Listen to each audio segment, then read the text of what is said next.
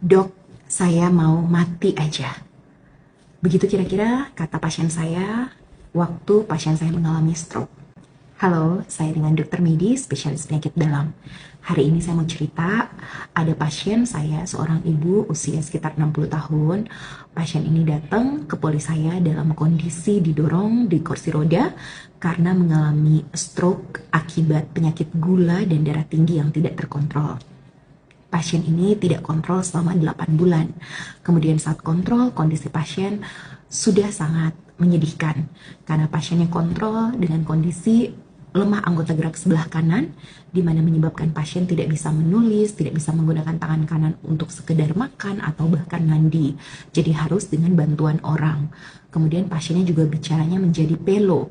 Jadi pasiennya ngomong, "Dok," terbata-bata seperti itu, lidahnya menjadi pendek. Saya masih mengerti apa yang ibu itu bilang, dan yang sedih bagi saya adalah ibu itu berkata seperti ini, "Dok, saya mau mati saja." Jadi dia bilang dia ingin mati saja karena dia sudah tidak sanggup hidup seperti ini. Dia bilang selama ini karena dia mengurus keluarganya, dia mengurus anak-anaknya, dia tidak memperhatikan kesehatannya. Tetapi ketika dia sakit, justru dia dibiarkan 24 jam di atas ranjang, berak dan kencing tidak diganti pampersnya. Anaknya yang saat itu mengantar pasien agak tersinggung dengan perkataan ibu tersebut. Anaknya kemudian menimpali, "Bu, saya ini masih kuliah dan ayah sudah tidak ada. Ketika ibu sudah tidak bisa kerja, saya yang harus kerja untuk membantu adik yang masih SMA. Jadi ibu maunya bagaimana?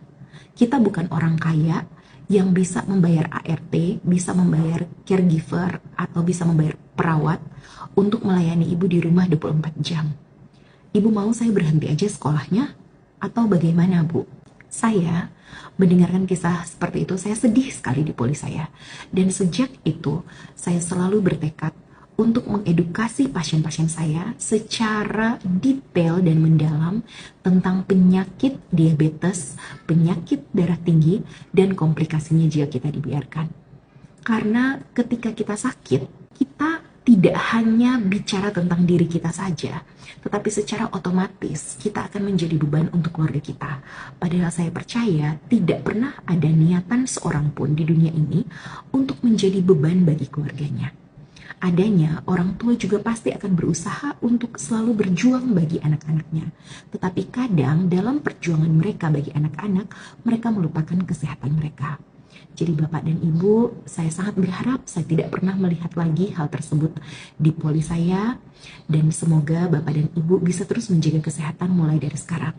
Rajin periksa kesehatan, rajin medical check up, periksa gula darah dan tekanan darah secara rutin, siapkan alat-alat yang dibutuhkan, alat periksa gula darah yang mandiri di rumah, alat tensimeter digital di rumah bisa disiapkan.